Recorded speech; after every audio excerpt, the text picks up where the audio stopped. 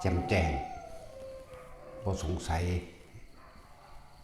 ว่าเฮาสิพ้นออกจากการเวียนว่ายตายเกิดแบบใดนี่ทุกอย่างร่วมอยู่แล้วที่อยู่ในจิตจิตก็คือผู้รับรู้ผู้สังสมเพราะว่าสิเป็นสังสมรูปเวทนาสัญญาสังขารวิญญาณต่างๆนี่ก็เรียกว่าจิตกับผู้รู้ผู้รู้กับจิตก็อยู่อันเดียวกัน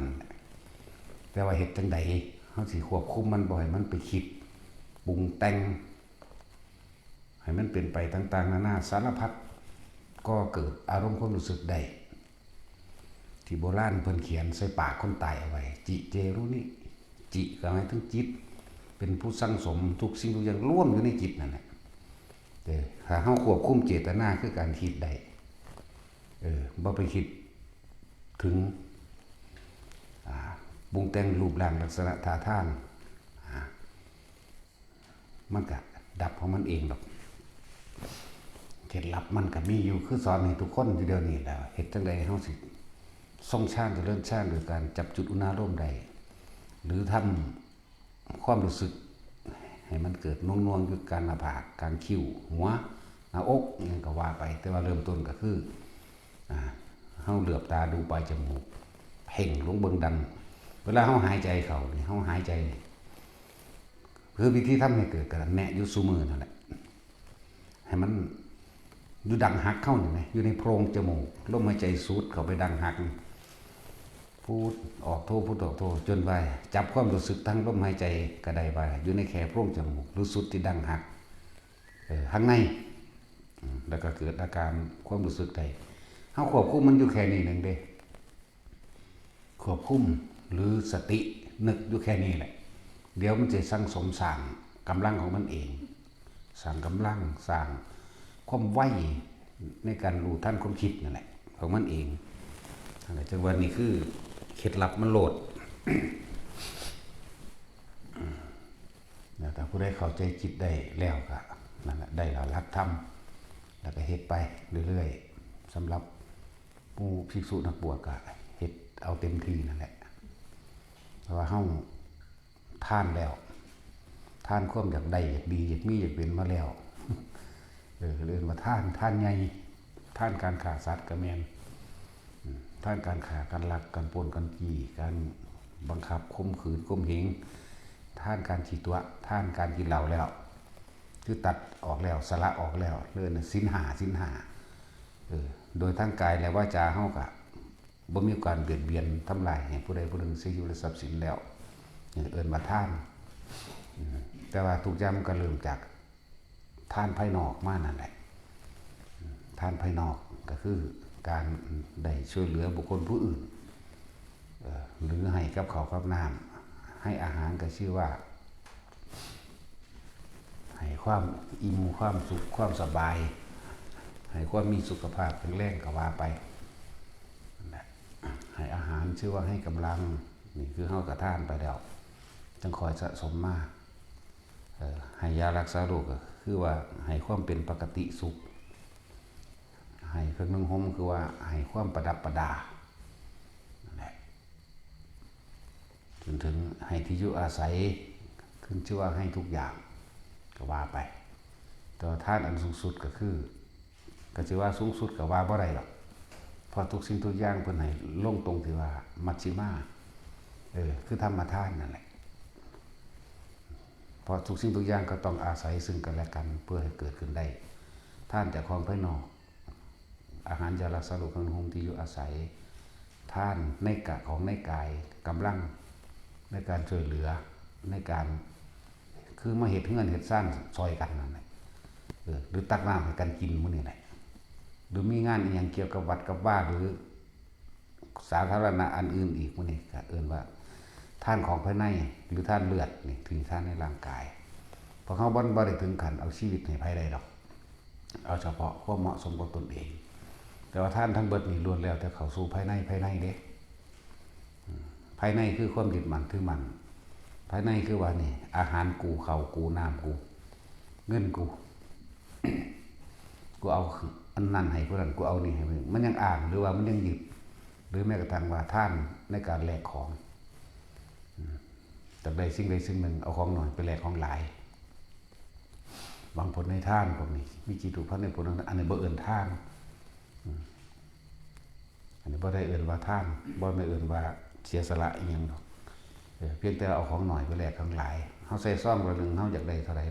180ล้านก็พอเป็นอีกอยากถูกหวยรวยเบอร์อยากถูกลอตเตอรี่อีหยังก็ว่าไปนะจึงบอกว่าท่านการเป็นเครื่องอาศัยเกื้อกูลซึ่งกันและกันเพื่อให้เกิดศีลท่านนี่ทุกสิ่งอย่างมันเคยเป็นของเฮาแต่ว่าเฮาเอาออกเมตตาก็สิบวกก็ได้หันอยู่แล้วเฮาสละออกปานนี้เขาก็อยากอยู่อยากกินเหมือนกันกับเฮาเขาก็อยากได้อยากมีเหมือนกันกับเฮาเขาก็ปรารถนาความสุขเหมือนกันกับเฮามันเลยเกิดกลายเป็นศีลของมันเองในโตเป็นแบบบ่ทำลายเบียดผู้ใดนั่นแหละบ่ไปลักไปปล้นไปจี้ไผบ่ไปตัวให้ผู้ใดเสียชีวิตทรัพย์สินนั่นแหละบ่ไปม่อมเมาผู้ใดเหล้ายาปลาปิ้งพวกนี้แหละมันเลยเป็นศีลก็ต้องอาศัยเกื้อกูลกันทุกสิ่งทุกอย่างต้องครบบริบูรณ์นั่นแหละในบารมี10กำลังทั้ง10อย่างท่านเป็นศีลเป็นเนกขมะการข่มเหงจิตใจเจ้าของเองการพยายามที่จะเอาชนะใจตนเองหรือการข่มจิตให้ห่างออกจากกามการข่มจิตให้ระงับ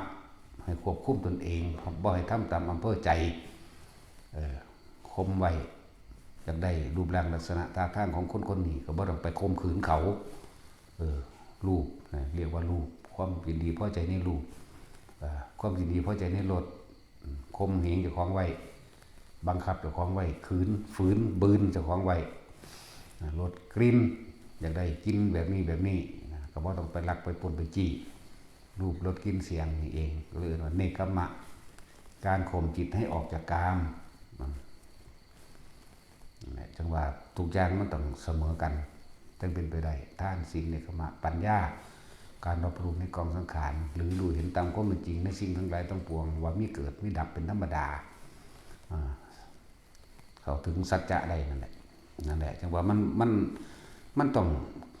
เป็นปฏิจจสมุปบาทเรื่องของบารมี10เพราะสิ่งนี้มีสิ่งนี้จึงมีเพราะมีทานจึงมีศีลจึงมีเนกขมะจึงมีบัญชาวิริยะขันติสัจจะอธิษฐานเมตตาและอุเบกขานี่เป็นเหตุปัจจัยอาศัยนุ่งเนืองซึ่งกันและกันให้เกิดความปล่อยวางอุเบกขานั่นแหละบ่แม่นแต่แค่เฮาสิไปท่องจำเอาแต่แค่ว่าอวิชชาเป็นปัจจัยบังเกิดสังขารเป็นปัจจัยบังเกิดวิญญาณเด้นั่นก็เป็นปฏิจจสมุปบาททางความคิดอันนี้คือเหตุปัจจัยทั้งหลายให้สัตว์เวียนว่ายแต่เกิดเพราะความบ่รู้ปิดบังตาบ่รู้ในความเป็นจริงคิดดีหรือว่าปุญญาภิสังขารคิดจะไปนั่นเป็นนี่นะแล้วก็ติดไปให้ดีนั่นแหละถ้ามันติดได้ดีแล้วมันก็เรียกว่าต้องติดมันก็ติดน้ำกันเองนะมันก็อยู่น้ำกันดีชั่วปะปนกันไปอยู่ในหันนั่นคือความเข้าใจผิดคิดว่าจึงเรียกว่าเนยชาภิสังขารเพิ่นแปลไว้ในยะเดียวว่าเนยชาภิสังขารถ้าเขาถึงอรูปภพแล้วก็ถือว่าเป็นผู้ที่หมดทุกข์คือบ่ต้องความเวียนว่ายแต่เกิดนี่เฮาแปลให้2นัยยะ3นัยยะได้อยู่แล้วล่ะนั่นแหละนี่คือเหตุและปัจจัยทั้งหลายนี่เพิ่นเอาตัวจิตได้เด้เหตุและปัจจัยทั้งหลายเหตุเครื่องอาศัยหนุนเนื่องต่างๆทำให้สัตว์เวียนว่ายตายเกิดเพราะความเข้าใจผิดคิดว่าทำดีไปสวรรค์ทำเลวไปนรกหรือเข้าสู่อรูปฌานบ่ได้กลับมาเกิดเนี่ยจึงเป็นปัจจัยมันเกิดวิญญาณเป็นเหตุเป็นปัจจัยให้เกิดความรู้สึกในความพอใจมั่งถ้ามันมีความพอใจรู้สึกพอใจความบ่พอใจกันเมืองกันนี่นะวิญญาณเป็นปัจจัยเกิดนามรูปนั่นเป็นนามเวทนาสัญญาสังขารเนี่ยนามก็เลยจึงไปก่อเกิดเป็นรูปร่างลักษณะท่าทางตามกรรมคือการกระทำแห่งตนคือเลื่อนน้ำมารูปเมื่อเกิดน้ำมารูปตัวนี้ออกจากท้องแม่มาแล้วจะเกิดอายตนะคือตาหูจมูกลิ้นกายใจอายตนะเป็นปัจจัยมันเกิดผัสสะทั้งตาความพึงพอใจได้ผัสสะความมีอารมณ์รวมได้ผัสสะทั้งตาทั้งหูทั้งจมูกทั้งลิ้นทั้งกายทั้งใจในรูปในรสในกลิ่นในเสียงเนี่ยก็มันร่วมมันเก่าอยู่ได้จริงๆนั่นแหละ ภาษาจึงเป็นปัจจัยมันเกิดเวทนาแน่เวทนากับพ่อใจกับพ่อใจแต่อุเบกขาหายากอยู่ดอกมีอยู่อุเบกขาแต่ว่ามันสั่นเกินเวลามันอยู่ซื่อๆนั่นแหละอุเบกขาคนทางบ่คอยจับเอามีเวลาอยู่หลงๆโป่งๆของเจ้าของเองมันก็มีอยู่ในหันน่ะเวทนา3เวทนาบัดนี้ส่วนมากคนไปยึดเอาเวทนาสุขเวทนาพอใจนั่นแหละมันจึงเกิดเป็นปัจจัยมาเกิดตัณหาในตัณหาเพิ่นจึงแบ่งออกเป็น3กามตัณหาภวตัณหาตัณหาเป็นปัจจัยมันเกิดอุปทานอุปทานคือความยึดนั่นแหละมีทิฏฐุปทานศิลปัตตุปทานกามุปทานและอัตตวัตถุปทานอุปทานนี่แหละคือความรู้สึกบัดนี่คนเฮาสิเว้าอีหยังก็ตามเสียวออกจากความรู้สึกของเจ้าของจากการได้ยินได้ฟังได้เห็นนั่นคือความยึดคือความพอใจอีกจึงว่ากามุปทานพอใจในรูปในรสได้กลิ่นได้เสียงก็เลยเอาความคิดเจ้าของเองออกมาแสดงเพื่อเอิ้นว่าเอาความเห็นตัวเองเป็นใหญ่จากสิ่งที่ได้ยินได้ฟังได้รู้ได้เห็นได้เป็นได้กระทำมาตามความพอใจของเองตามความพอใจในรูปในรสในกลิ่นในเสียงหรือเอิ้นว่ากามุปทานหลังนั้นมันก็เกิดเป็นอัตตวาทุปทานนั่นแหละคือความรู้สึกที่ตัวเองกำลังพูดอยู่พูดถึงความรู้สึกตนเองออกมานั่นแหละคือโตนั่นคือตนนั่นแหละคือภพบัดนี้เห็นบ่เป็นปัจจัยบังเกิดภพได้บัดนี้เป็นเหตุเป็นปัจจัยให้เขาไปสู่ภพต่างๆกรรมภพรูปภพอรูปภพคือความรู้สึกนี่เองนั่นแหละแยกเอาเมื่อภพแล้วมันก็มีชาติตัวชาติแปลว่าเกิดแล้วเด้นั่นเมื่อเกิดไปแล้วนี่ก็มีแต่ชราแล้วก็เดินทางเข้าสู่ความตายทุกโศกโรคภัยต่างๆก็ย่อมมาเกิดอาศัยซึ่งกันและกันด้วยเหตุและปัจจัยที่อาศัยนุ่นเนื่องซึ่งกันและกันอย่างนี้สัตว์ทั้งหลายเวียนว่ายตายเกิดเพราะอย่างนี้เนี่ยแปลภาษาบ้านเฮาเอาเด้อแปลตรงศัพท์มันพวกเจ้าก็สิได้แปลเพิ่มอีกอันนี้เอาความรู้สึกมาเว้าโหดเว้าหลายๆอย่างหลายๆแบบพวกเจ้าฟังหมดแล้วนั่นแหละสัตว์ทั้งหลายที่เหตุและปัจจัยที่ทำให้สัตว์ไม่ต้องเวียนว่ายตายเกิดอีกอวิชชายะตะเรวะนี่เมื่อเฮาเข้าถึงความจริงได้รับอริยสัจได้ฟังธรรมของพระพุทธเจ้ารู้ว่าทุกข์กำหนดรู้ได้แล้วเหตุแห่งทุกข์ก็คือความอยากนี่เองนี่มันก็สามารถดับทุกข์ได้ทั้งตัวผู้ดับได้โดยที่เดียวก็มีผู้ดับว่าใดก็ต้องอาศัยหนทางมันตัวมรรคมีองค์8มีความเห็นตามความเป็นจริงได้สัมมาทิฏฐิสัมมาสังกัปโปกับความคิดดำริความคิดเกิดขึ้นในปัจจุบันในตาในหูจมูกในลิ้นในกายในใจสัมมาทิฏฐิสัมมากัปโปวาจากรรมโตอาชีโววาจโมสติสมาธิก็เป็นสัมมาญาณะกับตรวจสอบความผิดถูกต้องชั่วดีของตัวเองว่ามีอะไรของอะไรค่าอะไรละวัดใดก็ว่าไปมันก็เป็นสัมมาวิมุตติเองนั่นแหละเหตุแต่ปัจจัยทั้งหลายสัตว์เกิดไปเกิดนี่แหละจึงบอกว่าถ้าเฮาเข้าใจจิตแปลว่าผู้รู้กับจิตก็อันเดียวกันจิตก็ถ้าจิตหลายอย่างให้ร่วมให้ฟังว่าทั้งเป็นผู้สังสมสัญญากับเวทนาสังขารอยู่ในหันเบิดสัญญาเวทนาสังขารให้เบิดแต่ถ้าเฮาบ่คิดวิญญาณทางจิตหมายถึงความรู้สึกพอใจบ่พอใจเกิดบ่ได้ก็เลยมาจับเอาตัวเจตนานี่จิหมายถึงจิตนี่มีทั้งสัญญามีเวทนามีสังขารก็รวมอยู่ในหันพร้อมถ้าเฮาบ่คิดถึงสิ่งใดสิ่งหนึ่งแล้วปรุงแต่งให้มันเป็นไปแบบนั้นแบบนี้รูปมันก็เกิดขึ้นบ่ได้มันก็นิโรธนะตัวจึงเรียกว่าจิเจรุว่ามันนิโรธกับนิพพานตัวบัดนี้เฮาวิธีก็นี่แหละให้พวกเฮาเฮ็ดไปสังสมไปเรื่อยๆเดี๋ยวเป็นเองดอกที่จริงมันก็เป็นอยู่ในหันบ่แห้งแล้วเด้เพียงแต่ว่าเฮาออกจากปัจจุบันตอนที่เฮาอยู่ในลมหายใจนี่ลมหายใจสุดเข้าสุดออกอยู่ระหว่างหั้งดังฮักๆเข้านี่แล้วก็เกิดความนิ่มนวลเกิดขึ้นระหว่างกลางคิ้วเฮาได้นี่อยู่ตรงดังหักนี่ข้างในโพรงจมูกเฮานี่แค่นี้มันก็ดับแล้วเด้แต่ว่าพวกเฮานี่ไปคิดถึงว่าพระอรหันต์ต้องเป็นแบบนั้นนี่ไปหาอดีตเข้าใจบ่นี่บ่แม่นไปอนาคตเด้ไปหาอดีตอนาคตจังเกิดอดีตกับอนาคตคือสิ่งเดียวกันฟังดีๆโลดพวกเจ้าคิดถึงอดีตเมื่อไหร่ปรุงแต่งเมื่อคิดเป็นไปอยากได้ให้เป็นอย่างนั้นอนาคตก็เกิดพร้อมมันเร็วขนาดนั้นน่ะจึงบอกว่าเฮาจับเอาหลักมาโหลดจับเอาจุดมาโหลดทำความรู้สึกอยู่กับลมเข้าออกเนี่ย ถ้าเฮาหายใจเข้ายาวๆเฮาก็รู้จักแล้วว่ามันสุดมันดังหักเข้าในลมแต่ความรู้สึกอันนึงสิเกิดขึ้นนิ่มๆนุ่มๆการคิ้วบางทีก็เลื่อนหน้าผากมันก็ว่าไปเฮ็ดอยู่แค่นี้เดี๋ยวก็เป็นไปบัดนี้ค่อยแต่เล่นการกระทบเท่านั้นเองบ่มันค่อยดอกอยู่ซื่อๆนี่แหละมันทั้งมีนั่นมีนี่มาให้เห็นทั้งตาทั้งหูทั้งจมูกดอกมีอันมีนี่มาหูมาเห็นไปถ้าเฮาบ่คิดบ่นึกให้มันเป็นไปดังที่ตัวเองสัญญาเอาไว้จดจำเอาไว้ในรูปในรสในกลิ่นในเสียงบ่มโนนึกภาพจินตนาการไปความรู้สึกพอใจบ่พอใจเกิดบ่ได้พบรับเราเด้จักว่าล่ะพบรับเราได้นั่นนะความรู้สึกเฮาบ่เกิดนี่โมโหก็บ่โมโหให้ไผเฮาก็นั่งสบายๆคือเฮาฝึกตนเองจนว่าจิตมันตั้งมั่นแล้วอยู่ในฐานที่ตั้งแห่งจิตดีแล้วนี่ฐานมันก็ล่มนี่แหละล่มอยู่ดังหักเฮานี่แหละในโพรงจมูกเฮานี่แหละในหน้าผากเฮานี่แหละอยู่ทางในเด้บ่แม่นทางนอกนั่นแหละล่มน่ะแล้วผู้นั้นเว้าความนั้นก็มีเว้าแบบใดเฮาก็บ่คิดนึกปรุงแต่งอารมณ์ความรู้สึกมันก็เกิดบ่ได้แต่ว่ามันรู้ได้ว่าเขาด่ามันรู้อยู่ว่าเขานินทามันรู้อยู่ว่าเขาด่ามันรู้อยู่หลายๆอย่างนั่นแหละมันก็รู้ของมันอยู่ในหันแต่ว่ามันบ่ปรุงแต่งต่อนี่มันดับแล้วเด้บัดนี้เขามายกย่องสรรเสริญความนั้นความนี้ทั้งที่จริงหรือบ่จริงก็ช่างมันที่เขาสรรเสริญมันก็บ่นึกปรุงแต่งต่อแต่ว่ามันก็รู้อยู่มันก็ดับแล้วได้ซ้ำนั้นนึงเด้ล่ะมันก็บ่ไปเกิดจินตนาการเป็นภาพเป็นนั่นเป็นนี่ได้เป็นรูปเป็นรสเป็นกลิ่นเป็นเสียงเป็นอารมณ์ความรู้สึกได้แต่พอมีความคิดนั่นนี่นะแสดงว่าจับเอาจุดนี้โลดฝึกไปเรื่อยๆพวกกันหมู่ภิกษุสงฆ์เฮา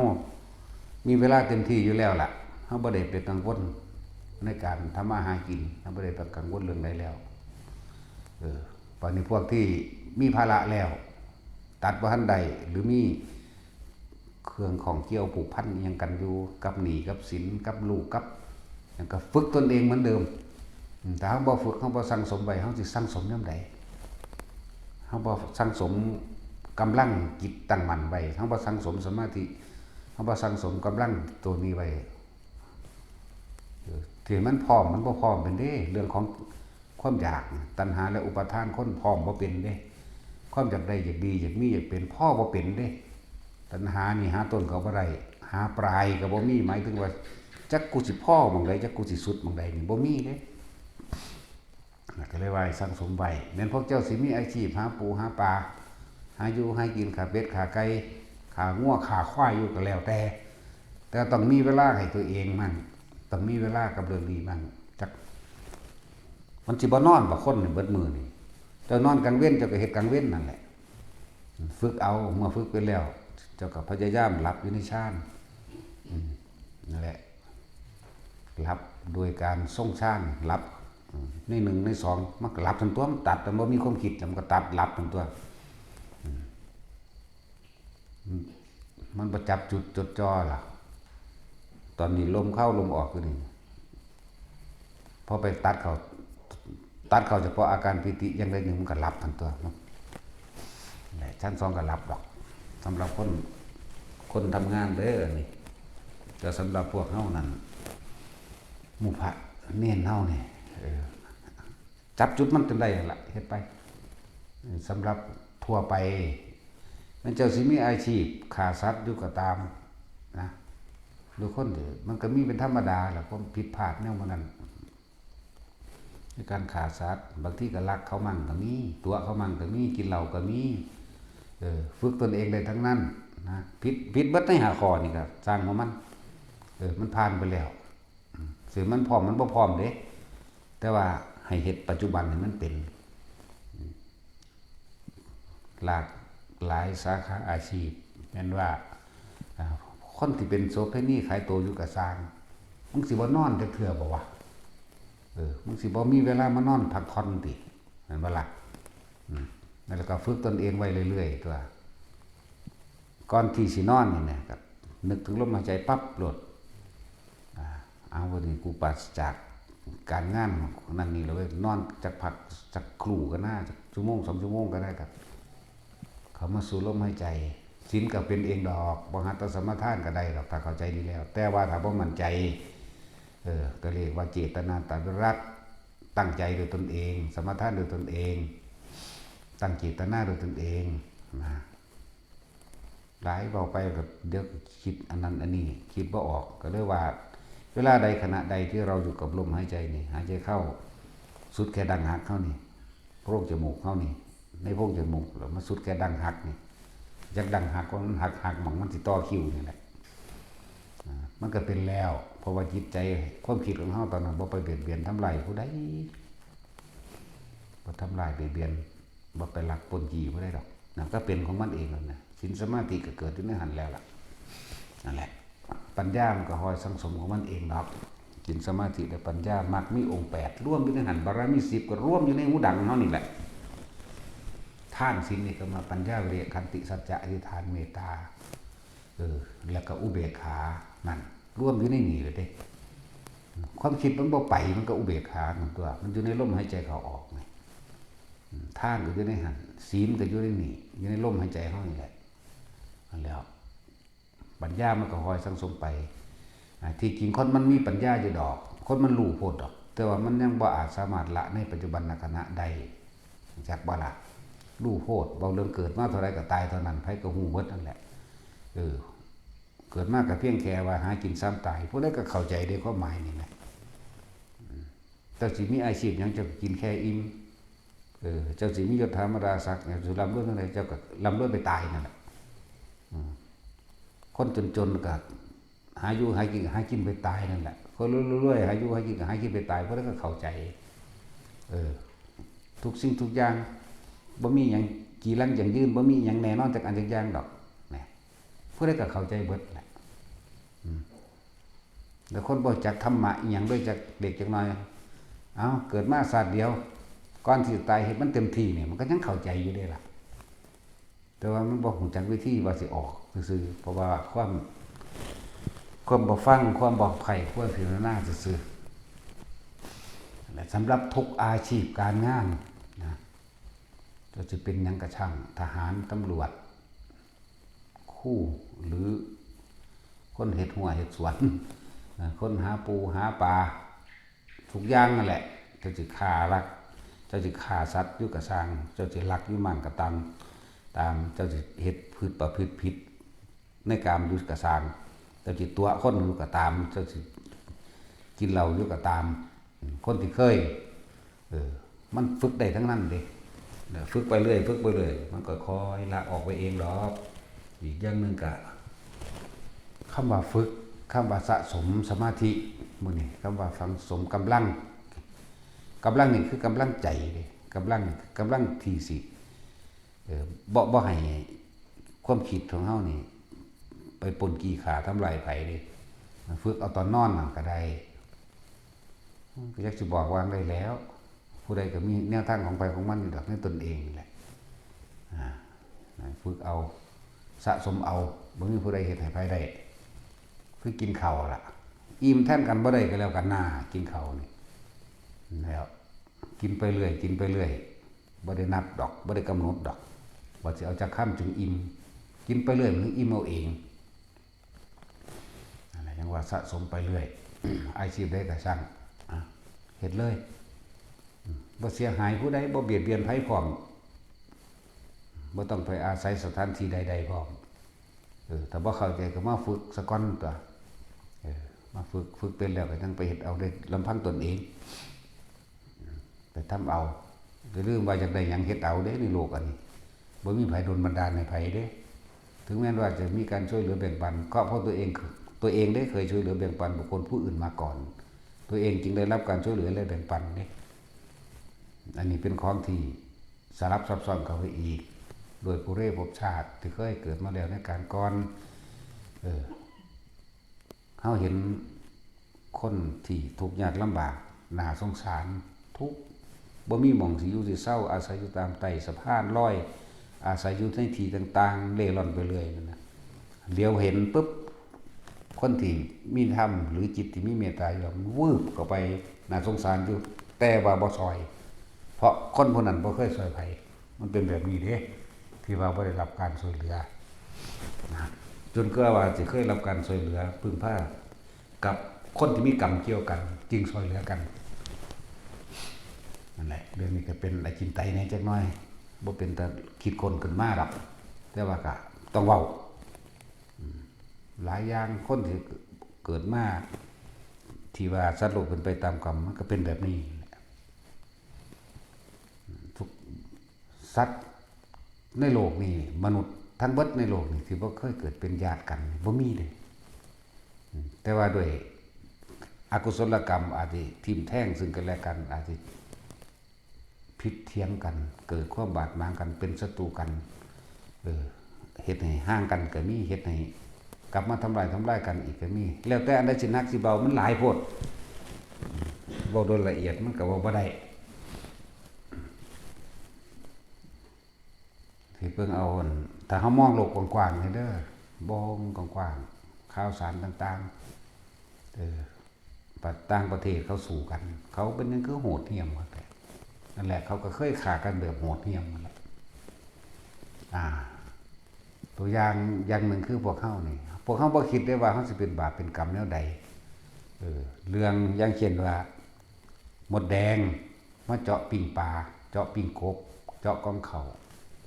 เมื่อมันมีไฟอยู่ในเตานี่นั่นบ่ล่ะบางคนเห็นไฟอยู่ในเตานี่ก็ไปเคาะมดแดงปกๆๆลงในไฟบ่ได้คิดหยังเด้นั่นคิดว่าบ่เป็นบาปเป็นกรรมอีหยังบ่แม่นเด้นั่นแหละคิดแล้วมันก็ใหม่จวดนั่นแหละเฮาบ่คิดนึกสงสารเขาเลยในตอนนั้นเนาะนั่นแล้วเวลาเขาฆ่ากันจังซั่นเนี่ยเขาก็บ่คิดนึกสงสารกันเลยมีแต่สิฆ่าอย่างเดียวนั่นแหละแบบนั้นบางคนก็ตั้งหม้อนึงแล้วไม่น้ำร้อนๆก็ไปเทลวกควายมดแดงลงเทลงไปในหูมันก็มีนี่เปรียบเทียบให้ฟังแล้วมันเป็นแบบนั้นอันนี้คือเฮาเห็นสงครามต่างประเทศบ่ได้มีหยังล่ะบ่มีความเมตตากันเด้บ่มีมนุษยธรรมบ่เห็นใจซึ่งกันและกันเด้สัตว์หมุนไปเบิดเลยบ่ได้เกี่ยวกับทหารหรือประชาชนยิงหมุนไปเบิดบ่ว่าบ้านเรือนบ่ว่าที่ทำกินบ่ว่ากิจการงานหรือชีวิตคนเด็กๆเล็กน้อยผู้ใหญ่ผู้เฒ่าผู้แก่บ่มีสัตว์ไปเลยเหมือนกันกับเฮาไปเคาะมดแดงใส่ไฟนั่นแหละขากลางเว้นมามันร้อนๆแดดๆมันเจาะของเขาเจาะปิ้งกบเจาะปิ้งปลาเจาะปิ้งไก่มดแดงก็ไปเคาะใส่สังกะสีร้อนๆมั่งให้มันสักตายก็ไปเคาะใส่พื้นปูนเอาตีนรูปเอามั่งนี่นั่นแหละเขาก็เลยต้องฆ่ากันแบบโหดเหี้ยมแบบนั้นหลายอย่างมองโลกกว้างๆจักไผสิซอยไผแล้วผู้ใดก็ลำบากเพราะไผเหมือนกันเนาะซอยกันบ่ได้อีกได้บัดนี้นั่นแล้วไผกับทุกคนต่างฝ่ายต่างลำบากที่จริงก็คือกรรมที่กระทำร่วมกันแต่ก็เที่ยวเปลี่ยนกันฆ่ากันไปเปลี่ยนกันฆ่ากันมาบ่แม่นแค่นั้นเด้พวกเจ้าที่ว่ารัดเอาซื่อได้นี่ผู้ตายด้วยความโกรธเกลียดเครียดแค้นก็ตกนรกไปพวกดังก็เลยเสื้อสิจักอสงไขยนึงขึ้นมาเป็นคนอีกเทื่อนึงก็มาฆ่ากันอีกลงไปอีกอยู่เพราะสมิงไงเวียนไปเวียนมาในสัตว์นรกในอสุรกายในเปรตในเดรัจฉานในคนเวียนไปเวียนมานี่โดยธรรมะโดยธรรมชาติบ่มีการแบ่งแยกชาติศาสนาใดๆทั้งสิ้นบ่มีแต่ธรรมะมีแต่ความจริงทำกรรมอันใดย่อมได้รับผลของกรรมอันนั้นสวรรค์เดียวกันนรกเดียวกันทำบาปได้เหมือนกันหิวร้อนหนาวเหมือนกันบ่เกี่ยวกับศาสนาเลยเรื่องหิวร้อนหนาวนี่เกิดมาจากมารดาบิดาเหมือนกันเจ็บไข้ได้ป่วยเหมือนกันมีตับมีปอดเหมือนกันแม่นบ่ล่ะบ่ได้แบ่งแยกเด้แบ่งแยกนั้นเป็นการตั้งศาสนาบางอย่างก็ตั้งขึ้นมาเพื่อให้มันเกิดเป็นอิทธิพลเพื่อสิเอาเปรียบกันซื่อๆเด้มันมีมาแล้วมีมาก่อนศาสนาพุทธสิเกิดคริสต์สิเกิดอิสลามสิเกิดพุ่นในความเชื่อเรื่องเทพเจ้าในความเชื่อเรื่องเอาลัทธิพราหมณ์หรือนั่นต่างๆมาเพื่อสิหาวิธีเอาเปรียบข่มเหงหลอกลวงเป็นวิชาหากินของตนนั่นแหละมันเป็นแบบนั้นส่วนเขาไปฝันว่าเห็นทั้งสั้นทั้งสี่นั่นมันเป็นสัญญาที่เขานึกปรุงแต่งดอก คือจังนางฟ้าของศาสนาคริสต์ก็มีปีกจังซี่แหม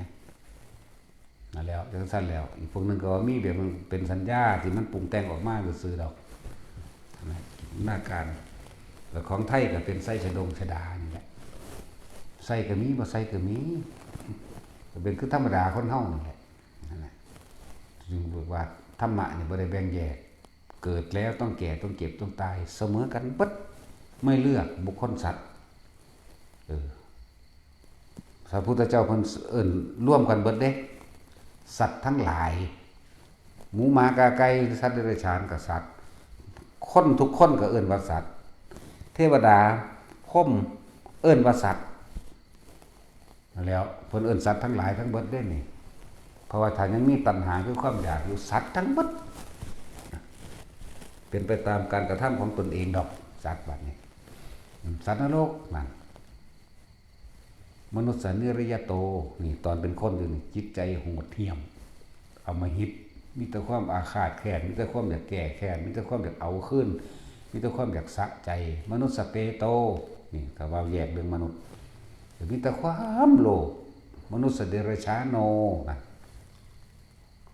หลงในหลายๆอย่างมนุษย์เทโวนั่นนะและเพิ่นก็แยกออกมาจังซี่ก็ขึ้นกับการกระทำของตนได้บัดนี้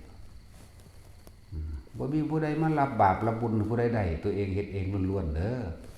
บ่มีผู้ใดมาไถ่บาปให้ไผได้พระพุทธเจ้านี่สอนสุดยอดอยู่แล้วอยากได้ยังเฮ็ดเอาเฮ็ดเอา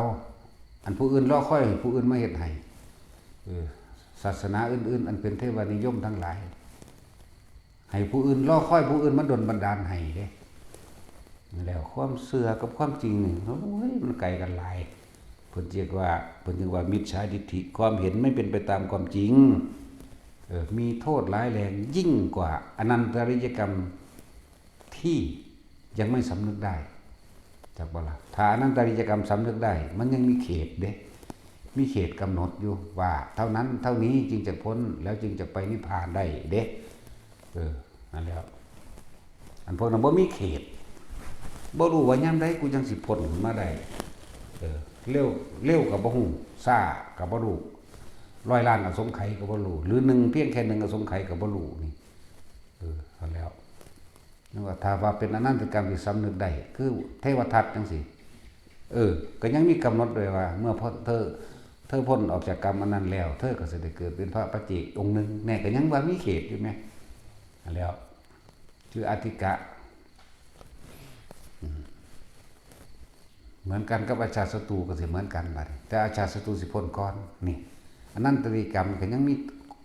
สำนึกได้แล้วก็ยังมีขอบเขตเพราะว่าเขาได้สั่งสมทำไว้แล้วแต่ว่าพวกบ่สั่งสมความจริงเอาไว้บ่บันทึกความจริงไหมบ่สัญญาความจริงบ่เชื่อในความจริงเอาไว้บ่เฮ็ดตามความจริงเอาไว้มันบ่มีเขตบ่มีขอบเขตหาประมาณบ่ได้พวกนี้นั่นแหละพวกเขาเคยเห็นในข่าวในโทรทัศน์บ่ตะกี้เอธิโอเปียเกิดอยู่ในหม่องทำกลางทะเลทรายอดอยากแห้งแล้งเป็นโรคแมงวันตอมปากตอมดังยึกๆยะโดยความที่เขาสั่งสมความผิดมานอนนี่ก็บ่ให้เอาหัวลงดินเด้เจ้าเคยเห็นบ่เขานอนเขาเอามือค้ำไว้เด้นอนตั้งสั่นลูกน้อยมากก็มานอนเทิงแม่นั่นแหละแล้วก็เริ่มหัดนอนตั้งสั่นจนชินสินอนหงายก็บ่ได้สินอนคว่ำก็ต้องนอนแข้งนั่นแหละความเห็นผิดของคน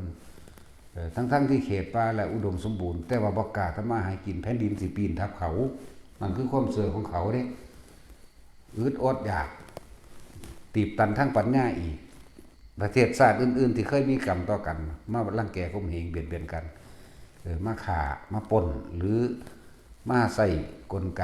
เล่ห์เหลี่ยมต่างๆเพื่อสิเอาเปรียบหรือคนเอาทรัพยากรโดยธรรมชาติขุดเอาเหมืองทองเหมืองแร่ขุดเอาสินทรัพย์ต่างๆที่อยู่ในดินมั่งนะ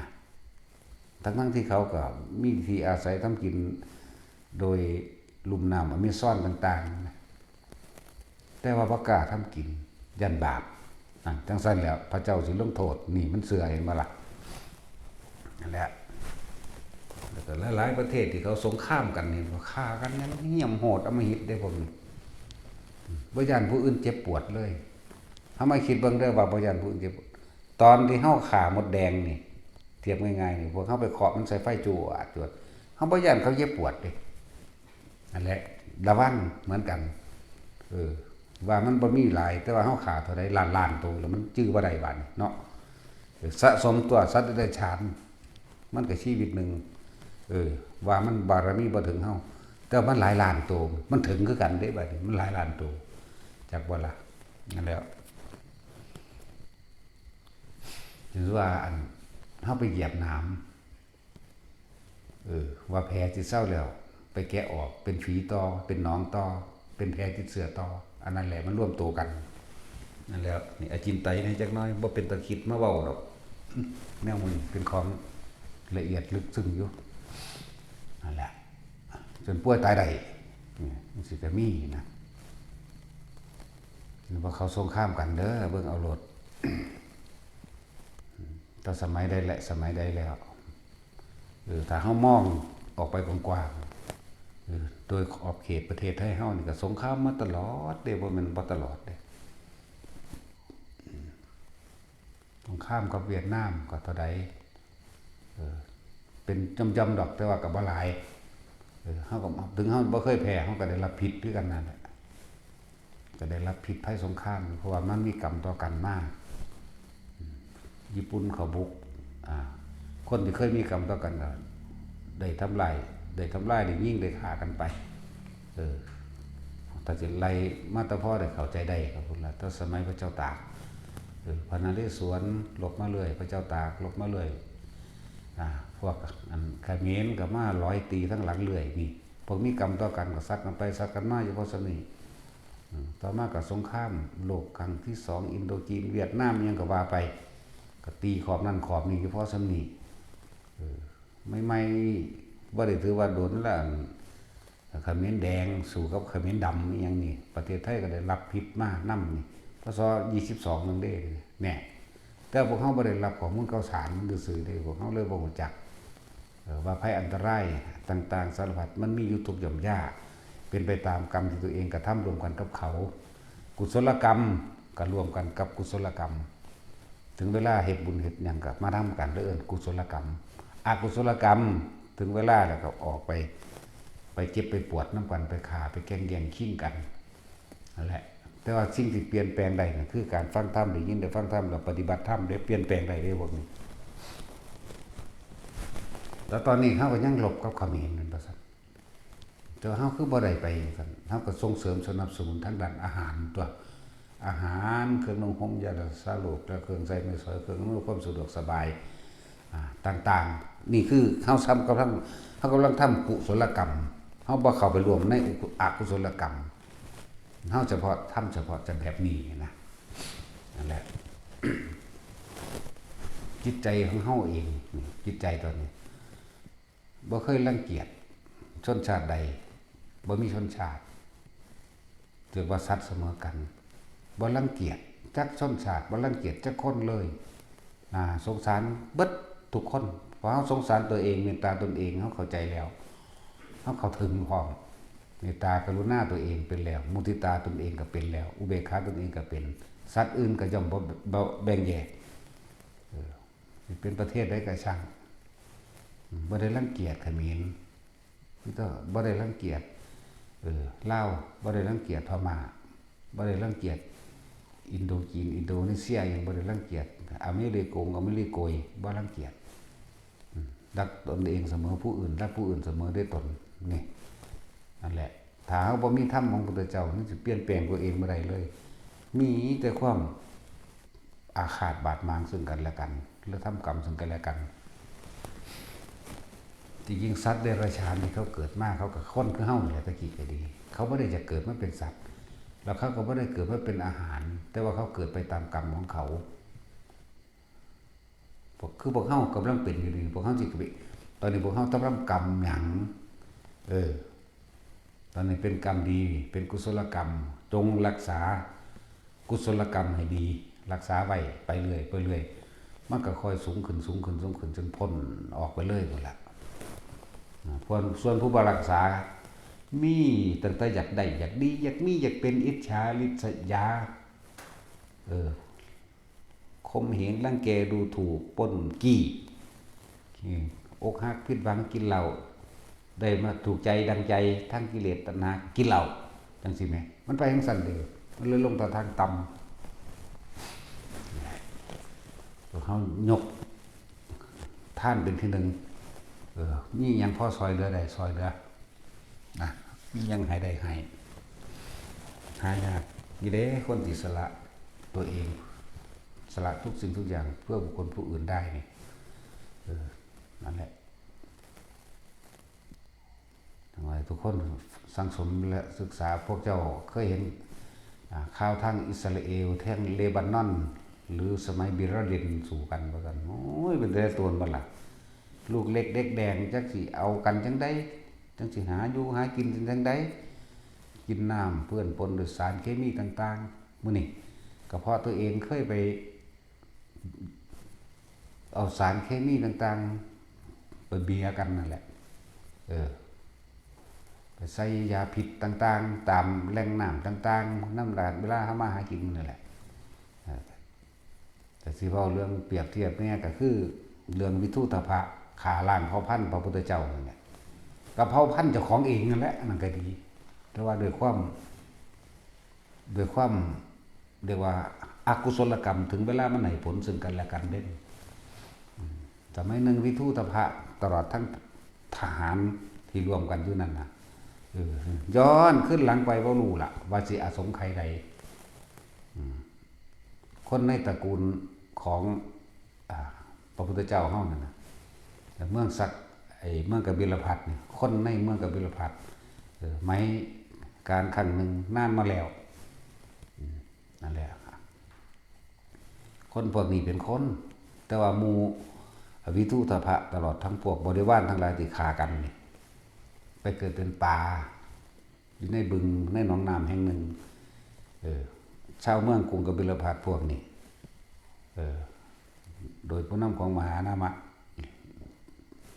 หลายอย่างนั่นแหละก็เลยเอายาพิษไปโปรยลงน้ำเพื่อจะเอาปลามาทำอาหารนั่นแล้วมาถึงการเวลามันเหมาะสมกรรมนี่มันให้ผลชาตินี้ชาติหน้าและชาติต่อๆไปประมาณบ่ได้เด้แล้วแต่มันเด้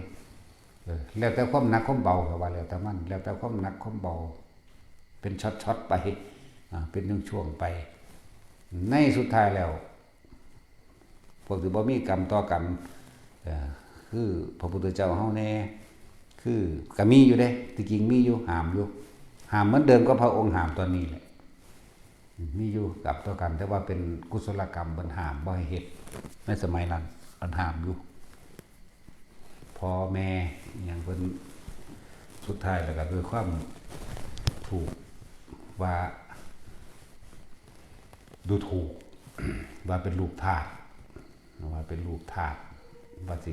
เลยมีการอาฆาตแก่มันตัดเอาเลือดมาล้างตีนทั้งสันทั้งสี่ก็ว่าไปขนาดพระพุทธเจ้าบอกนี่แม้นสมัยตะกี้หรืออสงไขยใดไม่รู้พระพุทธเจ้าเฮาก็เป็นคนก็ห้ามประชาชนเจ้าเมืองเป็นนักปราชญ์บัณฑิตก็ห้ามคนกรุงกบิลพัสไว้ว่าจะเฮ็ดจังซั่นมันสิดับแนวมันสิตายจังซั่นจังซี่แต่ว่าพวกนี้ก็บ่ฟังเขาก็โปรยยาพิษไปเพื่อสิเอาปลามากินคือเก่านั่นแหละปลาก็ตายเน่าไปเบิดนั่นแหละแต่มาถึงสมัยนี้ก็เหมือนกันบัดนี้วิทุตภะไปรู้ความจริงอันนึงว่าเขาดูถูกว่าเจ้าของเป็นลูกทาสโกรธเกลียดหลายอย่างขนาดพระพุทธเจ้าก็บอกแล้วสั่งสอนแล้วนกทัพไปครั้งที่หนึ่งพระพุทธเจ้าก็ไปลัดทางไว้อยู่ในเขตรอยต่อระหว่างเขตแดนประเทศกบิลพัสกับโกศลนกทัพกลับไปพระเจ้าสอนแล้วก็กลับไปครั้งที่สองก็เป็นอีกพระเจ้าก็ไปลัดอยู่ห้องไม้บางๆนั่นแหละ ทางโฮมไม้หนาอยู่นี่โฮมไม้บางนี่เลี้ยวเห็นต้นไม้ใกล้ๆกันจัก20-30 เมตรนี่เนาะเนี่ยกาไปครั้งที่3ก็เขาไปอกุศลกรรมมันแห้งขึ้นเห็นบ่มันให้ผลเต็มที่ของมันพระเจ้าก็เลยระลึกว่าเฮาบ่อาจสามารถสิห้ามได้อีกแล้วเลยปล่อยเลยบ่ไปนั่นแหละวิทุตภะจึงยกกองทัพไปแม้แต่ลูกเกิดใหม่หรือในท้องเปิดเพียงวันเดียวก็ต้องสังหารทิ้งเบิดฆ่าให้เบิดเท่าที่เห็นนั่นแหละถ้าสิเว้าเรื่องของกรรมบ่ล่ะฆ่าแบบโหดเหี้ยมแบบบ่สงสารทั้งที่รู้อยู่ว่าวันนี้เป็นตระกูลพระพุทธเจ้านี่มึงกับบิลพัทเนี่ยเป็นตระกูลพุทธเจ้าเป็นญาติของพุทธเจ้าฆ่าทิ่มจนเบิดที่เห็นที่เรียนรอดไปก็มีดอกนั่นแหละนี่แหละเรื่องของกรรมมันเป็นแบบนี้เห็นว่ามันบ่ได้เป็นยังวิทุตภะคือบ่มีความเมตตาสงสารกับเด็กน้อยเกิดเพียงวันเดียวคนท้องมันนี่คือบ่สงสารก็นั่นแหละคือพวกเฮาบ่คิดสงสารเรื่องมดแดงที่พวกเฮาไปเคาะใส่เตาไฟเลยเอาน้ำร้อนหม้อนึงไปลวกมันตายกองๆนั่นน่ะหรือบางที่ก็จูดเฟื่องเด้เนาะจูดมัดเฟื่องเนี่ยเอาเป็นลวกใส่หมดนั่นหมดนี่ต่างๆถ้าเทียบคนซุมื้อนี้เอาใบก้อนไปสีดเนาะหมดขึ้นบวกขึ้นเต็มอยู่นี่นะเอาใบก้อนไปสีดจวดตายกองอากาศบ่ได้มีความคิดเมตตาสงสารเลยเด้ตอนนั้นถ้าไผบ่พ้นนะ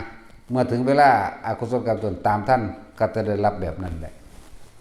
เหมือนพวกได้รับจากพิษภัยสงครามเหมือนพวกได้รับจากแผ่นดินถล่มน้ำท่วมตายไปกับน้ำแผ่นดินถล่มตายไปกับถึกแผ่นดินทับตึกลาบ้านช่องทับเหมือนกับพวกโดนลมพายุพัดให้ตายเหมือนกับพวกโดนฟ้าผ่านี่มันเป็นทั้งสั้นแหละบ่ได้เคยเอาไปก่อนสีดหมดบ้าสีดยุ่งบ้าสีดพวกบ้านั่นแหละตอนทั้งสีดอยู่นะคิดอยู่ว่าเลยโตนเขาอยู่บ่เนาะมีแต่ว่ามันทำลายของกูของน้อยๆนั่นแหละแต่เฮากับเอาชีวิตยังไงเลยนั่นก็คือเรื่องกรรมที่มีต่อกันนั่นแหละเป็นเรื่องกรรมที่มีต่อกันเด้อสีดยุ่งจังสิแต่ว่ายุ่งกันก็บ่เป็นที่จำนวนหลายคือพวกมดแดงคือพวกมดดำหรือปลวกดอกเนาะหลายแบบนี่คือยกตัวอย่างมาให้ฟังซื่อเด้หลายคนในนี่เคยเฮ็ดเด้เห็นว่าล่ะเคยเฮ็ดพวกเฒ่าๆนั่นน่ะหัวรออยู่นี่แม่นโพดเจ้าดันตั้งหม้อนึงลงแล้วเอาน้ำไปลวกหอยมดแดงแม่นบ่1,000,000%ระวังดีเขาสิลวกเจ้าคืนเด้อแต่เจ้าบ่พ้นเด้อจังซั่นแล้วบัดนี้มันเจาะปิ้งกบเพิ่นที่ เอาไปเคาะใส่ไฟใส่ในทานไฟนั่นแหละเคาะใส่อันใดที่บางที่ก็จุดกระดาษเด้เพิ่นเอาไปจูดมดแดงเนาะ เพิ่นคิดพอเด้มีผู้สะกิดขึ้นคิดพอปึ๊ดอยู่ดีโอ้ตายละกูขนาดกูเป็นสาวกูก็ยังจำได้ แล้วมันรอดเด้อศาสตร์นี่เด้อผู้ใดบ่รอดรับล้วนๆเด้นั่นแหละหรือจังว่ายกตัวอย่างให้ฟังว่าน้ำท่วมเขาตายที่ละเท่าใดเป็นร้อยเป็นหมื่นก็มีนะบ่แม่นแค่แต่ในไทยเด้เฮาสังเกตว่าสิ่งเหล่านี้มันมาจากไสมันมาจากอกุศลกรรมเก่าของเขาเองเมื่อถึงเวลาให้ผลแล้วก็ได้รับนะเพราะว่าหยังเขาบ่ได้ทำบุญหนีบาปเขาบ่ได้สร้างบุญกุศลเพื่อสิเอาตัวเองออกหนีอกุศลพวกนั้นตามบ่ทันมันก็หนีได้จริงๆเด้อล่ะจักบ่ล่ะนี่แล้วคือพวกเฮากำลังมาสั่งสมเพื่อสิหนีบาปเก่าของเจ้าของเองมันบ่ทันเนาะถ้าเฮาสร้างไปเรื่อยอยู่สั่งสมไปเรื่อยไปทางดีบ่แม่นสั่งสมทางเลว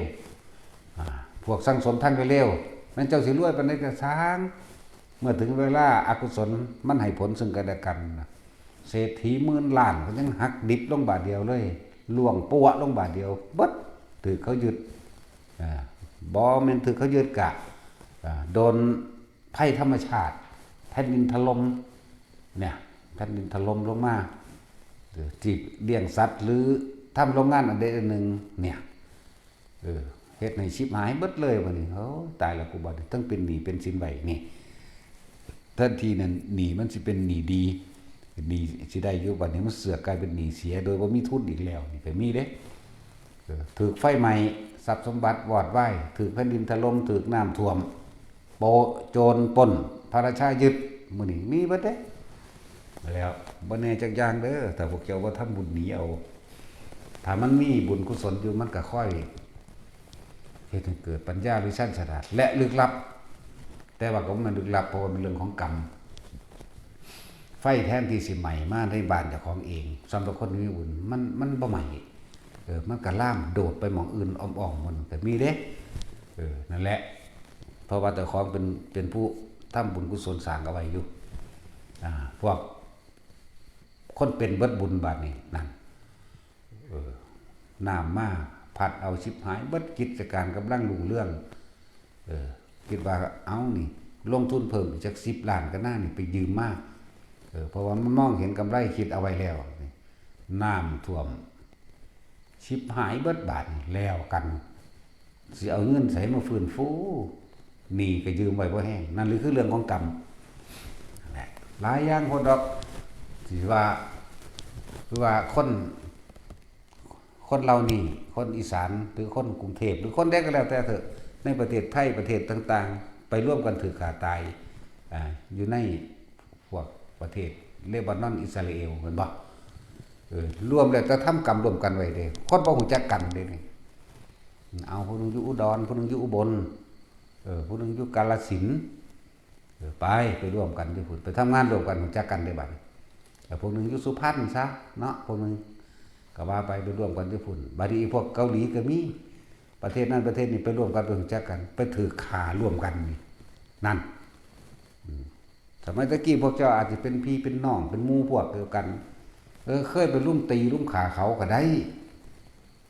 ขนาดพระอรหันต์ถึงเวลาเพิ่นก็ยังไปตายร่วมกันไหมเนาะคือหลวงปู่จวนมื้อนี้หลวงปู่จวนหลวงปู่สุวัตสุวัตโจหลวงปู่จวนกุลเชโตหลวงปู่สุวัตสุวัตโจหลวงปู่สิงห์ทองธรรมวโรแล้วก็ยังเรียกในหาองค์นั่นแหละคิดหน้าออกเบิดแต่ว่าซื้อบ่ได้ก็มี นั่นแหละหลวงปู่ธีระบอกบ่แม่นนั่นแหละเขาเจ้าเป็นยังคือเครื่องบินตกเป็นยังคือตายเฉพาะอรหันต์บัดคนธรรมดาคือบ่ตายแม่นบ่ล่ะแปลกบ่ล่ะยังสั้นแต่ที่ว่าเรื่องอดีตเขาเจ้าว่าเอาเองนั่นน่ะหรือมีผู้องค์ใดองค์หนึ่งเขาเจ้ารู้เขาเจ้าว่ามาพวกนี้เคยเป็นเป็นน้องกันเคยเป็นหมู่พวกเดียวกันไปแย่หั่งนกอันในนั่งแพทย์หญิงอันนั้นเป็นน้องอีกพระองค์หนึ่ง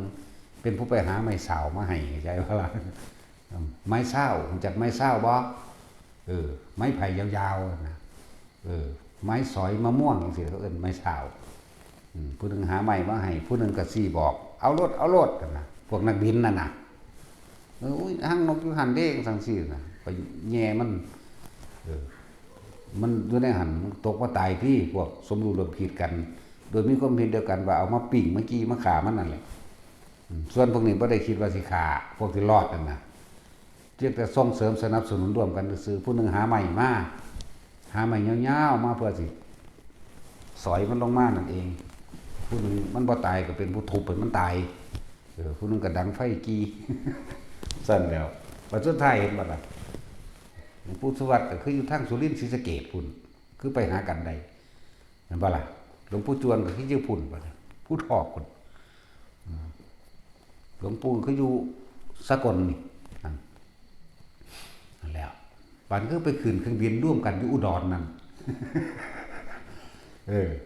อันผู้บ่มีกรรมร่วมกันเดี๋ยวเห็นเขาเห็นอยู่กำลังสิเล่นแต่ว่าบ่ทันเขา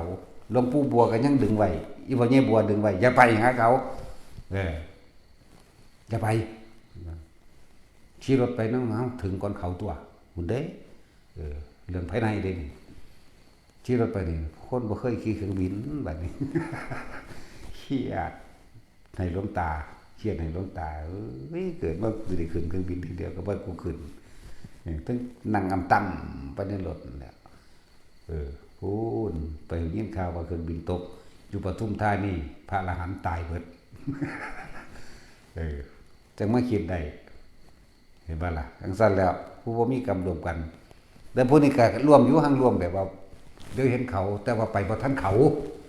บ่ได้ไปร่วมขาน้ำเขานะความหมายเพิ่นอันผู้หลวงตาดึงไว้นี่สิไปยุ่งอิหยังกับเขาไปก็ไปแต่เขาตัวนั้นบ่เข้าใจผู้นี้บ่เข้าใจองค์นี้หลวงปู่องค์นี้นั่นแหละเป็นทั้งชั้นนี่คือเรื่องกรรมร่วมกันผู้สิงห์ทองผู้สุวัตหลวงปู่จวนจังซี่แล้วก็หลวงปู่ยังอีกละลืมแล้วนี่ปู่ยังคำตังบ่ โอ้ยมีผู้ใดฮู้จักอีหยังนำดอกเนาะ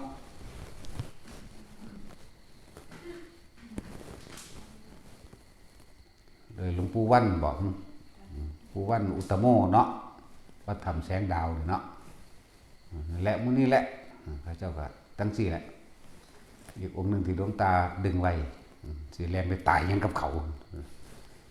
ขี้อาดประสันสิได้ขึ้นเครื่องบินครั้งแรกในชีวิตก็บ่ได้ขึ้น นั่นแหละคือเขาเจ้าทำรวมกันกรรมรวมกันอกุศลกรรมรวมกันพวกนั้นเคยเกิดเป็นน้องมั่งเอื้อยมั่งเด้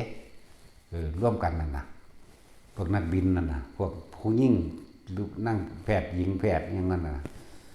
ก็บาดเจ็บเล็กน้อยนึงเด้นี่แหละจังซี่แล้วเป็นไปตามกรรมเด้บุ้ยมันให้ผลยุติธรรมเสมออีหลีเด้นะคนยังอยู่พระอรหันต์ตายเบิด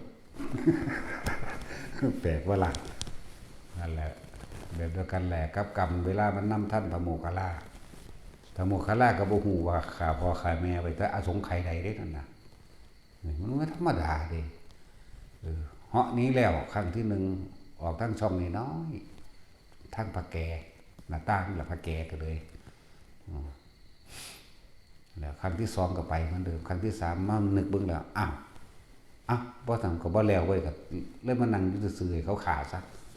ซั่นแล้วนั่นแหละจังว่าเรื่องของกรรมนี้บ่พ้นขนาดพระพุทธเจ้าเฮาเก่งปานใดซั่นก็ยังหนีบ่พ้นเนาะบอกแต่เรื่องนั่งพิมพ์ผ้าเป็นยังศาสดาเฮายังหนีออกบวชกลางคืนเป็นยังบ่มีความรุ่นบินดีกันก็เพราะความคิดเห็นของนั่งพิมพ์ผ้าตอนเพิ่นตื่นเป็นหมอยานั่นแหละไปคุ้มให้ผู้อ่านตอนเป็นหมอยาเด้รักษาคนมาบ่เอาเงินสิรักษามาเฮ็ดหยังยานี่เสียเวลาไปหาบ่ได้อยู่ได้กินบังคับกันรักษาคนตาบอดเขาตายดีแล้วก็เลยตัวเขาตี้มาใส่ยาอีกเทื่อนึงเด้อจังสิหายขาดต่อซ่านเพิ่นไปปรุงยาพิษตี้บัดนี้เขาเจ็บท้องตายหญิงผู้นั้นก็เลยกลายเป็นใหม่จังซั่นตัวบัดนี้เพิ่นก็เลยได้ออกบวชโดยบ่ได้บอกโดยสั่งได้ล่าตัวหญิงคนนั้นก็มีลูกเดียวกันนั่นแหละมันผัวตายแล้วเนี่ยก็ได้รับกรรมทั้งสิ้นกรรมของนางพิมพาอันนี้พอนี้เว้าเรื่องกรรมของพระพุทธเจ้าเฮาบัดกรรมอันบ่สมควรที่เราตถาคตได้กระทำมาแล้วนี่ของบางอย่างบ่มีในบันทึกอยากว่าล่ะมันมีดอกถ้าเพิ่นอยากสอนมันก็สอน บางเห็นแบบสัตว์ที่เป็นอย่างนั้นเทวทัตจังกิ่งก้อนหินลงมาทับเป็นอย่างสะเก็ดหินจึงกระเด็นลงไปถูกหลังเท้ามั่งเป็นอย่างจังถูกผ่าหลังเท้าโดยไม่ได้ใช้ยาชามั่งมันมีเหรอเด้ยาชายามึนตะกี้มันมีเหรอเด้ฟินพระเจ้าสกัดฟินเป็นน้ำออกมาเป็นได้แล้วเป็นยาชาใสๆได้แล้วเห็นบ่ล่ะซุมื้อนี่ก็ยังนั่นคนป่วยหนักๆเจ็บปวดก็ยังเอาขี้ฟินมากินอยู่ได้ล่ะเห็นบ่ล่ะในโรงพยาบาลก็ยังใส่อยู่แม่เนาะแล้วสมัยหนึ่งเพิ่นก็เกิดเป็นกุมารกำลังดื้อกำลังมึนเลยใช้ลูกขว้าง ฟาดก้อนหินใส่หลังตีนพระประเจกบวมบูดขึ้นก็หม่องเลยนั่นก็ดีใส่แล้วเพิ่นก็เลยต้องถือสะเก็ดหินที่เทวทัตกิ่งก้อนหินมาใส่กระเด็นไปถูกหลังเท้าบวมบูดขึ้นเป็นน้องเขียวขึ้นลุ่มๆก็หม่องเลยเด้พวกเจ้าเคยถือมักจกถูกมือหรือถูกตีนบ่ปุ๊กเข้าไปเดียวเขียวขึ้นก็หม่องเลยเด้บ่ธรรมดาเด้เป็นหนองพร้อมกันเลยนี่แหมเคยมีบ่ล่ะเนาะเคยมีดอกพวกกันเท่าๆมันต้องมีพลาดมันจะคั่งแล้ววะเนาะคนสมือบ่เฮ็ดเวียกหีแมงมันบ่สิจักแมงหยังดอกเนาะพวกเฮามันเคยเป็นเด้สั่นไปรับจ้างเสียหญ้ามันริมมักจกมันร้อนไปเอามือไปห้องกันที่เคาะปุกขึ้นว่าเขียวขึ้นก็หม่องเลยเล็บออกพร้อมธรรมดาดิเดี๋ยวนี้ก็มีแหละพุทธเจ้าเฮาก็เขียวขึ้นก็หม่องหมอชีวกมาพาให้ยาชาก็อยู่ในห้อนั่นดิเพิ่นก็เห็นอยู่ชัดๆเด้เพิ่นคือบ่เว้าเนาะนั่นเด้ก็ยังบ่เว้าอีกนั่นเพิ่นยอมรับกรรมฤทธิ์เดชเพิ่นมีบ่มีแต่ว่าเพิ่นบ่ใส่ถ้าใส่ฤทธิ์ใส่เดชแล้วคนก็สิแล่นไปหาแต่แนวผีบ้านั่นมันบ่พอสิเฮ็ดให้เฮาพ้นทุกข์ได้ดอกเฮ็ดให้คนไปพึ่งแต่ผู้อื่นบ่พึ่งตนเป็นนี่เพิ่นยอมรับกรรมเพิ่นสอนเฮาแบบบ่หนีเลยเรื่องของกรรมทั้งที่เฮ็ดได้ แล้วหมอจิวก็เอาจังได๋ก็เอามีดล่นไฟแดกับปากตัวที่มันก็ปัวออกมาตัวที่มันก็เจ็บแสบแล้วยิบแล้วบัดนี้ยิบแผลเด้ธรรมดาว่าเอาสดๆนั่นแหละนี่ก็เรื่องนึงเพราะว่ากรรมเพิ่นไปเฮ็ดเคยเอาก้อนหินใส่ผ้าขว้างไปดึกไปปะวะใส่หลังตีนขึ้นนั่นแหละกรรมมันนั่นไม่ผลตอนนี้ฮู้จะบอกว่าเทพทัตสิกิ่งหินใส่ฮู้แต่ว่าเทพทัตบ่ทันได้กลับใจเทพทัตโดยความกรุณาอันนี้เมตตากรุณาแน่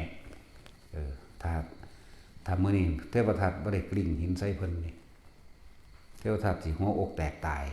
โดยเป็นอนันตริกรรมอยู่แล้วแต่ว่าบ่ได้สำนึกจักว่าล่ะ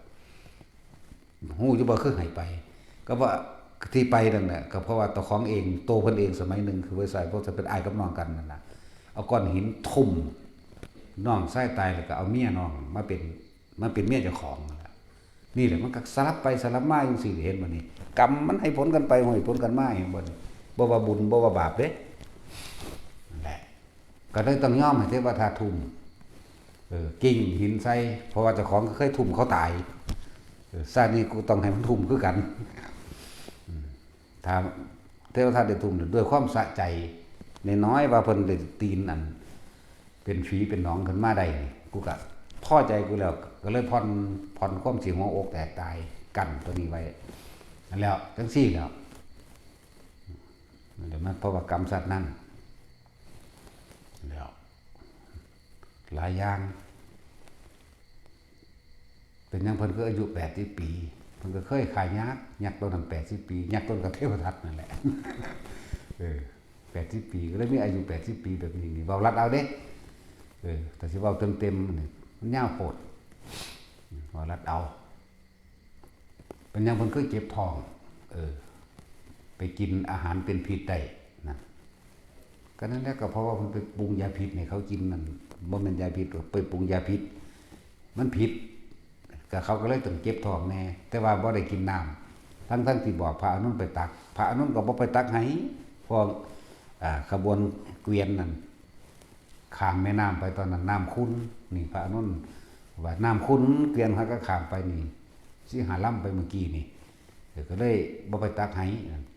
อนุนไปเถอะแม่อนุนไปเถอะแม่จะบอกถึง3 ครั้งยังไปจังไปตักน้ำด้วยไสมาได้นั่นเพราะว่าศาสตร์ก่อนเป็นคนเลี้ยงงัวเป็นนายโคบานเมื่อนั้นอยากเล่นอยากเที่ยวแห้งฟ้าไต่ดีงัวเมื่อตะเว้นแต่4 โมงพุ่นดีงัวเมื่องัวมันหิวน้ำมันจะลงกินน้ำกินบ่ได้ตีมันว่าสั่นก็ไปล่ะมันก็ทั้งเจ็บทั้งปวดทั้งเครียดตัวมันก็สาบแช่งเป็นคือกันเด้มันก็ซัดไป แล้วศาสตร์นี่ก็เลยมากระหายน้ำอย่างรุนแรงเนี่ยทั้งเจ็บท้องพร้อมกินอาหารผิดมากนั่นแหละว่าสุกรมันตะวะกันมาเถียงกันเรื่องหมูเรื่องเห็ดอีกเนาะอาหารผิดซะ เรื่องได้กับสารการนั่นสื่อดอกมันก็ตายก็โดนหมดละเนาะทั้งคนเถียงว่ะเดี๋ยวบอกว่าพีดีกว่าเนาะกระสินจีปิเสขีถ้าทายเห็นผีพวกเจ้าทองเอาเด้อผู้ใดอยากเห็นเนื้อดีบอกเรื่องกรรมอันบ่สมควรหนีบ่พ้นเด้อสิบอกให้ถ้าพวกเฮาบ่เอาให้ตัวเองมันพ้นในศาสตร์นี้เจ็บทีเดียวเจ็บครั้งสุดท้ายปวดครั้งสุดท้ายตายก็ตายสุดท้ายมันได้โลดาแล้วสิใส่มันบ่เป็นเด้อพวกเจ้าเกิดมา100 ล้านสงไข่นี่ชื่อใดบ่บุเพราะมันหักก็เกิดเด้ นั่นแหละกรรมมันบ่สมควรขนาดพุทธเจ้าเฮาว่าขนาดใดเลิศประเสริฐสูงสุดแล้วยังหนีบ่พ้น นั่นแหละหลายอย่างพ้นดอกมันว่าบ่เบิดดอกมันหลายโพดเป็นหยังเพิ่นจังถึกไล่มื้อนี้เพิ่นก็เคยพาคนไปไล่อันพระประเจกคือกันเด้เป็นหยังเพิ่นคือถึกห้ามบ่ให้บิณฑบาตคืออันสุปพุทธะลัดทางขวางทางบิณฑบาตเพิ่นถึง2 ครั้งเพิ่นก็เคยเอาน้ำไปโพกทางบิณฑบาตพระประเจกเด้เพิ่นก็เคยกล่าวตูใส่ไหลหมู่พระสงฆ์ของพระพุทธเจ้าองค์ใดองค์หนึ่งคือกันเด้นี่มันหนีบ่พ้นเด้พวกเฮาจังว่าภิกษุเมืองอีหยังล่ะเวสาลีหรืออีหยังนี่แหละทะเลาะเบาะแว้งกันเองแน่นี่ให้ว่าหลายอย่างคืออย่างกระดาษพระพุทธเจ้าเฮาก็ต้องรับมันเป็นอย่างนั้นสามารถว่าดีจึงถูกเผามื้อนี้ จากนั่งนั่นแหละนี่เว้าเฉพาะเรื่องพุทธเจ้าก็บ่ได้เบิดง่ายๆเด้เป็นอย่างจังเรื่องราวต่างๆในพระสุทินตลอดทั้งพระหยังว่าอุบาลีบ่หรือบ่แม่นนั่นน่ะอุทายีจึงว่าทำให้เพิ่นกำหนดสังฆาทิเศษขึ้นถึง7 ข้อพระสุทินจึงมีอันนี้เพิ่นก็เคยพาผู้สาวหนีคือกันนั่นแหละ เพิ่นก็เคยพาผู้สาวหนีเด้อยากว่าล่ะเพิ่นบวชนั่นแหละวาย แนวนี้ก็มีเด้มีหลายชาติอยู่เด้มันบ่เว้าดอกเดินสิตีปาก เว้าในจักน้อยนั่นแหละมันเลยมีแต่เรื่องอีหยังสิหลายๆอย่างในนี้แต่ว่าที่สำคัญว่าปัญญาผู้ใดยิ่งยวดพ้นเอาตัวรอดเด้อเพียงแต่พวกเจ้าบ่คิดบ่นึกอีหยังอยู่กับลมหายใจมันชินเถอะจิตสุดท้ายปฏิบัติธรรมเจ้าสิรู้มากเห็นมากเจ้าสิเก่งมาแบบใดก็ช่างเถอะก็เอาใส่ว่าจิตสุดท้ายสิตายนั่นล่ะไปก็ดีวะแต่พวกเจ้าตายในลมหายใจได้อย่างน้อยพวกเจ้าก็เป็นอนาคามีเบิ่งกรรมมาเกิดเว้ยนี่เว้าอย่างน้อยเด้อย่างหลายกว่าท่านเว้า อย่างหลายสิมันเป็นหยังสั่นนั่นแหละหลายแบบที่เว้าบ่เบิดดอกเรื่องกรรมที่พระพุทธเจ้าเพิ่นแสดงให้ฟัง เรื่องอกุศลกรรมที่เราตถาคตได้รับเป็นอกุศลกรรมที่ไม่สมควรนี่หลายเยอะก็นี่อีกหังเว้านำมาเว้ามันเบิดมันเว้าไปทีละหน่อยๆเอาแสดงให้พวกเจ้าฟังทีละหน่อยพวกเฮาเคยกี้หอยเป็นบ่มีผู้ใดกี้หอยตายดอก ตัดสินจะเคยกี้บ่หอยอีปูตะกะแตนปลาเนาะเห็นว่าสั่นทิ่มใส่ไฟฮ้อนๆเลยมั้ยพวกเฮาก็บ่ได้โตดมันเหรอมันเป็นหยังคือเป็นนั่นพวกเฮานี่คือสารเลวคักแท้นะนั่นแหละมันเคยเฮ็ดกันมาจักบ่ล่ะกลับกันไปกลับกันมาเฮ็ดแต่จังใดหาต้นบ่ได้จักเฮ็ดแต่จังใดระลึกนำหาบ่ได้คือกันมันไกลโพดไกลจนว่าโอ้บ่สุดดอกขึ้นมาดีกว่านะแล้วพวกเจ้าเคยกี่ว่าพวกเฒ่าๆนี่เคยเบิดนั่นแหละ ถึงอีกแล้ว พวกเฒ่าๆนี่ถึงอีกแล้วทิ่มกี่อีปูมันแล่นออกมาศูนย์มันเด้มันฝาดลงได้บัดนี้เอาไม้เตรียมไว้บัดนี้ทิ่มป๊อกลงเอาไม้เน็กไว้ปุ๊บมันก็ค่อยไม้ดินสักงังๆๆๆเก่าบัดนี้เลือดมันก็แตกออกเลือดขาวๆได้เลือดปูเนาะปูบ่ได้เลือดแดงเด้ จังซั่นแล้วทิ่มตะกะแตนลงจังซี่เด็ดแข้งเด็ดขามันเบิดเบิ่งแต่ได้ตนคือหยังนี่เนาะ บาดแต่ของเนี่ยนะไปของยาเรือนเราเองก็บ่ยศูนย์บาดสั่นโอ้ยมันไม่พอได้เฮ็ดเด่นแต่ของเฮ็ดแต่ของศูนย์จะท่องใสเอาหัวไปตำสั้นเราเอามีดมาฟันสั้นเราคนเดียวว่าธรรมดาเด้ฟันสั้นเราเปิงทั้งด่าผู้เฮ็ดอีกโอ้ยแต่ของบ่มีตาเองนั่นสั้นแล้วเวลาขาผู้อื่นได้บาดนี่เนาะบักหอยหน้าได้กินเนาะโอ้ยต้มที่เราเป็นหมอแซ่บเอาซะว่าซั่นตำแก้วมะโลกโคกเคกใส่พวกเจ้าอย่าลืมพวกเจ้าสิถูกต้มแล้วพวกใดบ่พ้นบ่วิดเด้อแกงอีปูมื้อนี้ลองเบิ่งแม่บ่ได้ผู้ใดบ่จักสิขามันจังได๋เด้เนาะปูก็ดีเนาะบักหอยมันจักสิขาจังได๋มันบ่คือปลายังบ่ทุบหัวทุบคอมันได้อยู่กบเขียดก็ยังทุบได้แผ่ออกพวกสอนหัวเป็นไรมึงนี่เป็นกบพวกใดนี่แหมเอามันมาใส่ขี้นะป๊อกปักอยู่นี่ว่ามันเด้เนาะห้วยนับได้เป็นล้านอยู่บ่ล่ะแม่นบ่ล่ะบัดนี้ก็บางคนก็ไปไต่นี่กินนู่นมาขัวพวกเจ้าคือบ่ขามันก่อนแหมบ่จักมันฮ้อนบ่ขามึงได้ล่ะเนาะนั่นเลยเหี่ยมโหดก็จังเดคนก็เลยเนาะหมดแดงมันบ่แม่นเนื้อกินก็ยังไปจวดใส่มันอยู่หมดแดงไฟหมดคิ้วหมดดำหมดหน่อยผู้ใดพอระลึกนึกได้สร้างบุญเด้อทำบุญทำทานแล้วอุทิศส่วนผลทานบุญกุศลกรรมดีกับสรรพสัตว์นี่เด้บุญอันเกิดจากการในทานมั่งรักษาศีลมั่งภาวนานี่สูงสุดแล้วขอผลทานบุญกุศลกรรมดีโลดนึกในใจโลดคนก่อนที่ทรงชาติจะเลื่อนชาตินี่หรือออกจากในการสำหรับพระนี่เขาเฮ็ดได้ตลอดเด้มูนี่คือเปิดได้ตลอดส่วนพวกเข้านั่นมันบ่มีบุญเปิดก่อนที่สวดมนต์ไหว้พระนึกถึงผลทานบุญกุศลกรรมดีแน่อุทิศให้แด่สรรพสัตว์ทั้งหลายก็ว่าไปดังที่เคยว่าพระว่านั่นแหละออกจากสมาธิแล้วนั้นเพียงแค่5 นาทีก็ช่างก็อุทิศอีกสรรพสัตว์ทั้งหลายที่ข้าพเจ้าได้เคยทำลายให้เสียชีวิตและทรัพย์สินมาก็ท่านทั้งหลายได้รับก็ว่าไปนึกตนเองนั่นแหละมันก็คอยทุเลาเบาบางเฮาสิไปแก้ต้นเหตุมันบ่ได้เพราะมันตอนนี้เฮาได้แก้ได้แต่ปลายเหตุมันเด้กรรมต่างๆที่ผ่านมาแล้วเฮาบ่อาจสามารถไปแก้ได้นี่แหละแต่ว่าเรื่องของกรรมมันก็แก้กันบ่ได้